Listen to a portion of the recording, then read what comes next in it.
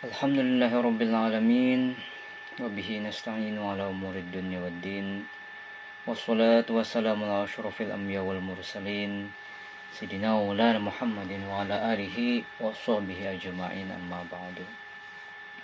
Yang saya hormati Sivitas Akademik Stes Bakti Nugraha beserta jajaran semuanya, Ma'asyiral muslimin, jamaah yang dirahmati Allah Subhanahu wa taala. Sungguh sangat sempurna dan komprehensif dalam ajaran Islam ini. Islam itu tidak hanya memberikan panduan pada kita dalam hubungan kepada Allah Subhanahu wa taala, hablum minallah, dalam bentuk ibadah mahdhah, semisal sholat, puasa, zakat, haji, tapi juga memberikan panduan kepada kita untuk berhubungan dengan manusia, hablum minan nas. Sebagaimana firman Allah, al-yawma akmaltu lakum dinakum wa atmamtu alaikum ni'mati wa raditu lakum Islam madina. Pada hari ini telah aku sempurnakan untukmu agamamu, dan telah aku cukupkan kepadamu nikmatku, dan telah aku ridhoi Islam sebagai agama bagimu. Kesempurnaan ajaran Islam bersumber dari Al-Quran dan hadis Rasulullah SAW sebagai sumber primer. Maka kita mengikuti ketentuan hukumnya, baik yang berkenaan dengan ibadah mahdhah maupun ibadah khairu mahdhah. Ibadah mahdhah adalah segala bentuk aktivitas dengan cara, waktu, kadarnya telah ditentukan oleh Allah Subhanahu wa taala dan Rasulnya Muhammad sallallahu alaihi wasallam. Sedangkan ibadah khairu mahdhah, segala sesuatu amal kegiatan yang tujuannya menciptakan ridho Allah Subhanahu wa taala. Nah, di dalamnya ada sewa menyewa, ada pinjam meminjam, dan segala transaksi lain sebagainya. Nah, persoalan tersebut juga tidak boleh menyimpang dari ketentuan yang telah ditentukan oleh ajaran Islam. Ma'asyiral muslimin, jamaah rahimakumullah. Nah, permasalahan dalam bidang muamalah kian kita rasakan perkembangannya secara dinamis. Sementara ayat dan hadis peninggalan Rasulullah SAW terbatas. Kevakuman hukum akan terjadi manakala tidak ditemukannya penjelasan yang tentang perkara tersebut. Nah, oleh karenanya kita memerlukan ruang untuk melakukan pengkajian secara mendalam. Istinbat hukum memerlukan metode ijtihad, misalnya qiyas, istihsan, masalih mursalah, saddul dzariyah, al-urf, dan atau metode lainnya sebagainya, metode ijtihad yang lainnya ya. Nah, untuk menyelesaikan permasalahan muamalah kita ini, kemaslahatan umat merupakan suatu yang harus diwujudkan ya dalam persoalan muamalah.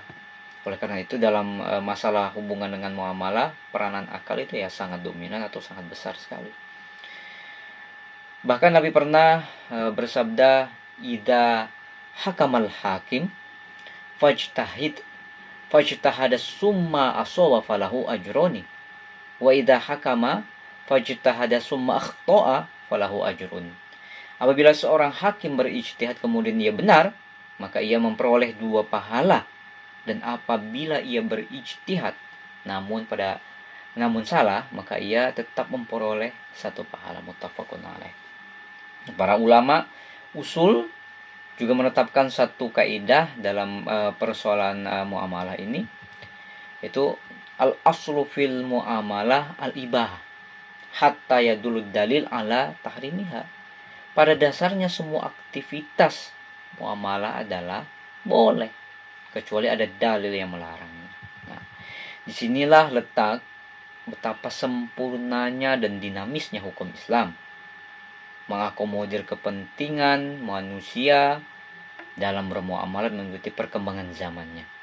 Nah, karena aspek muamalah itu lebih kepada kemaslahatan yang diinginkan, sebagaimana dalam oleh At-Tufi, kemaslahatan umat merupakan jiwa dari aspek hukum dalam Islam yang berhubungan dengan muamalah. Meskipun sebelumnya disebutkan bahwa aspek hukum muamalah itu mengikuti perkembangan zaman. Dalam hal ini bukan berarti liar dalam artian tanpa batas begitu, tanpa terkendali. Kan tapi ada yang menjadi prinsipnya dalam Islam maupun hadis Nabi Shallallahu Alaihi Wasallam tentang larangan-larangannya, apa yang ditaati dan apa yang dilakukan dalam muamalah. Nah, salah satunya adalah tidak boleh melakukan al-gharar, ketidakpastian. Nah, masyarul muslimin jamaah yang dirahmati Allah Subhanahu wa taala, setiap akad dilandasi rukun. Ada 4 rukun akad ini. Yang pertama, aqidain, pihak yang berakad. Yang kedua, maqud alaih, benda yang diakadkan atau objek gitu. Yang ketiga adalah maudhu'ul akad, tujuan dari akad tersebut. Yang keempat adalah sighadul akad, ijab dan qabul. Dalamnya ada ijab dan qabul. Jadi sighad. Nah, masing-masing rukun ini memiliki syarat yang harus terpenuhi. Syarat rukun yang pertama bahwasanya masing-masing itu ya pihak yang berakal, tamyiz, yaitu mau akad ya harus tamyiz. Yang kedua adalah objek itu harus ya diserahkan, tertentu atau dapat ditentukan. Jadi berbentuk ya harus objek itu ya harus dapat ditransaksikan. Yang ketiga, tujuan dari akad tersebut tidak bertentangan dengan syarat. Dan yang keempat, bahwasanya adanya persesuaian ijab dan qabulnya, ada tercapai kata sepakat gitu dalam satu majelis atau perbincangan dalam akadnya. Nah, persoalan yang kita kaji sekarang ini adalah syarat dari rukun yang kedua, yaitu syarat di mana rukun kedua itu adalah objek dapat diserahkan, tertentu yang dapat atau ditentukan. Nah, objek itu ya dapat ditransaksikan. Syarat-syarat ini harus dipenuhi agar terhindar dalam sebuah transaksi yang mengandung gharar ataupun suatu tidak ada kepastian. Gitu. Ada beberapa hadis Nabi Shallallahu Alaihi Wasallam secara rinci, diantaranya adalah hadis Abu Hurairah. Nah, Rasulullah Shallallahu Alaihi Wasallam an bai'il hasoh wa an bai'il gharar. Jadi Rasulullah Shallallahu Alaihi Wasallam itu melarang beli al-hasoh, yaitu jual beli melalui kayak lempar kerikil gitu, dan jual beli gharar nggak boleh. Dalam hadis lain Shallallahu Alaihi Wasallam menyebutkan la tabi ma laysa indak, janganlah engkau menjual sesuatu yang bukan milikmu. Hadis yang lain juga menyatakan bahwasanya Ibnu Abbas radhiyallahu anhu maqal qala Rasulullah sallallahu alaihi wasallam man ittaba'a ta'aman fala yattabi'u hatta yaqbidah. Dari Ibnu Abbas radhiyallahu anhu wasallam ia berkata bahwasanya Rasulullah sallallahu alaihi wasallam bersabda, barang siapa yang membeli bahan makanan maka janganlah ia menjualnya kembali hingga ia benar-benar menerima barang tersebut. Hadis riwayat Bukhari, Muslim. Nah, dari hadis-hadis Nabi Muhammad sallallahu alaihi wasallam tadi di atas sebagai rambu agar suatu jual beli itu semua transaksinya ya tidak boleh terjebak pada transaksi yang mengandung ketidakpastian ataupun ada unsur gharar di dalamnya. Nah, akibatnya bisa merugikan salah satu pihak yang melakukan akad tersebut. Masyarul muslimin jamaah yang dirahmati Allah Subhanahu wa taala, dalam firman Allah Subhanahu wa taala, ya ayyuhalladzina amanu la ta'kulu amwalakum bainakum bil batil. Hai orang-orang yang beriman, janganlah kamu saling memakan harta sesama dengan jalan yang batil. Dari hadis-hadis juga cukup dapat kita pahami tanpa melihat maknanya pun lebih jauh dari sabda Nabi Muhammad SAW. Perkembangan zaman dan kemajuan teknologi pada saat ini cepat, lebih cepat dari yang diperkirakan. Terkadang sekat-sekat transaksi pun ikut terpangkas. jika tidak dibarengi dengan pemahaman yang cerdas. Maka seakan-akan hukum muamalat itu terkesan kaku dan tidak praktis. Gitu. Misalnya, syarat ini bank syariah atau lembaga pembiayaan syariah mempraktekkan jual beli dengan akad murabahah. Pembiayaan dengan skema murabahah itu merupakan pembiayaan sering sangat digunakan karena dianggap paling mudah diterapkan. Skema pembiayaan murabahah diawali ketika bank syariah menerima pesanan barang dari seseorang. Nah, lalu bank membeli barang tersebut dari pihak suppliernya dengan mewakilkan kepada nasabah. Kemudian bank menjualnya kepada nasabah dengan margin atau keuntungan tertentu. Hal ini ya berdasarkan fatwa MUI nomor 4 DSN MUI tahun 2000 tentang murabahah yang menyatakan bahwa jika bank hendak mewakilkan kepada nasabah untuk membeli barang dari pihak ketiga, akad jual beli murabahah harus dilakukan setelah barang itu secara prinsip menjadi milik bank. Nah, Masyarul muslimin jamaah yang dirahmati Allah Subhanahu wa taala, kenyataan dalam akad murabahah ini terkadang barang langsung dikirim kepada dari suppliernya langsung ke nasabah. Nah, nasabah pembelinya, yaitu pihak kedua. Nah, tanpa terlebih dahulu ataupun singgah atau mampir barang tersebut ke banknya gitu.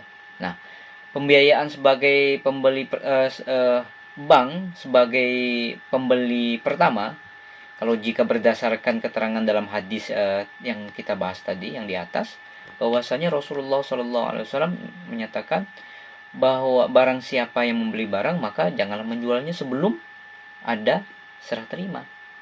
Nah, selanjutnya mari kita bahas bahwasanya penjelasan kata takobut.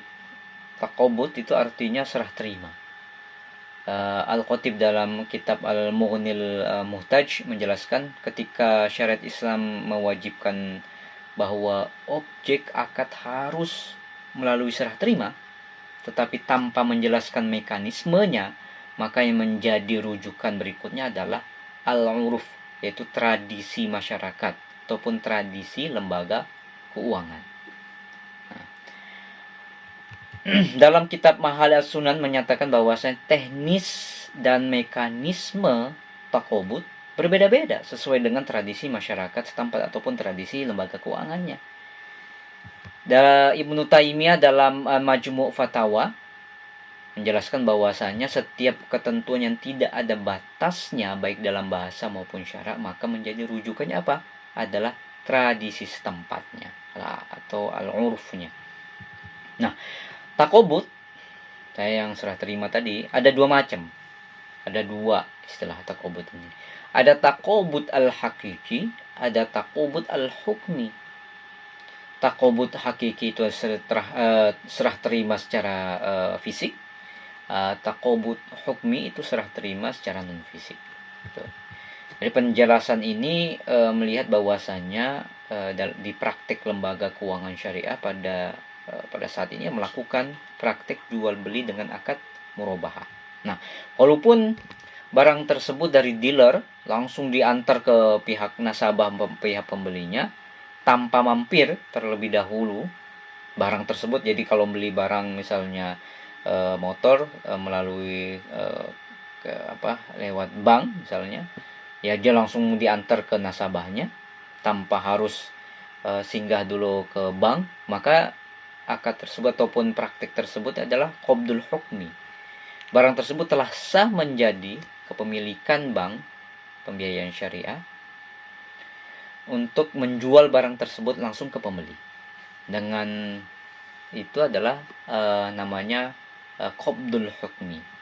Gitu. Dengan demikian cara ini dianggap memenuhi syarat. Salah satu akad yang terkait dengan barang atau terhindar dari gharar. Gitu. Jadi dikaitkan dengan al-urufnya. Ma'asyiral muslimin jamaah yang dirahmati Allah Subhanahu wa taala. Nah, Kadang-kadang keseharian kita ini secara tidak sadar, kita ini mempraktekkan taqabud secara al-hukmi. Misalnya bagaimana? Nah, misalnya kita melakukan jual beli, sementara pembeli itu menyerahkan kepada penjualnya ya langsung, ataupun membayar dengan cara cek gitu. Cek ini dianggap sebagai salah satu cara qabdun, atau menerima ataupun serah terima, mewakili uang yang dalam lembaga keuangan perbankan dianggap sebagai suatu bentuk pembayaran yang sah gitu. Jika kita memahami hadis Nabi Muhammad SAW tentang taqabud tersebut secara harfiah, tekstual, maka suka atau tidak suka pembayaran wajib ya menggunakan uang tunai gitu. Ya harus cash gitu. Kalau secara tekstual yang dianggap nyata, kan bentuknya nyata, yang dimiliki, yang diserah terimakan.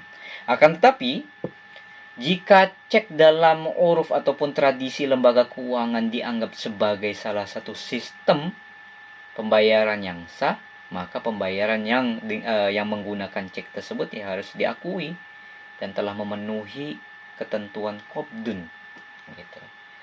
Jadi kalau ya karena ternyata cek itu merupakan tradisi di lembaga keuangan merupakan sebagai alat transaksi yang sah, maka pada dasarnya menggunakan cek juga ya diperbolehkan seperti itu. Nah, contoh lain kita menggunakan ATM, anjungan tunai mandiri gitu. Maka penggunaan ini ya termasuk akad qabdul hukmi, di mana karena menjadi tradisi pembayaran yang ada lewat perbankan gitu. Tanpa kita sadari bahwasanya kita memakai ATM itu ya qabdul hukmi gitu. Cara lain menggunakan ATM itu ya menggunakan termasuk bagian tradisi pembayaran yang ada di perbankan. Jadi itulah sebabnya prinsip-prinsip ini ya, prinsip muamalah ya kian bergerak ataupun berkembang secara dinamis. Maka diperbolehkan gitu. Kalau kita saklek untuk membaca hadis Nabi tadi tersebut ya kita harusnya menyerahkan uang langsung gitu. Kan tapi karena ada mekanisme di perbankan, mekanisme kebiasaan dalam tatanan sistem perbankan bahwasanya ATM sudah menjadi suatu transaksi yang sah gitu, maka kita menggunakan ATM untuk membayar transaksi maka diperbolehkan gitu. Jadi ini ada al-urf qabdul hukmi.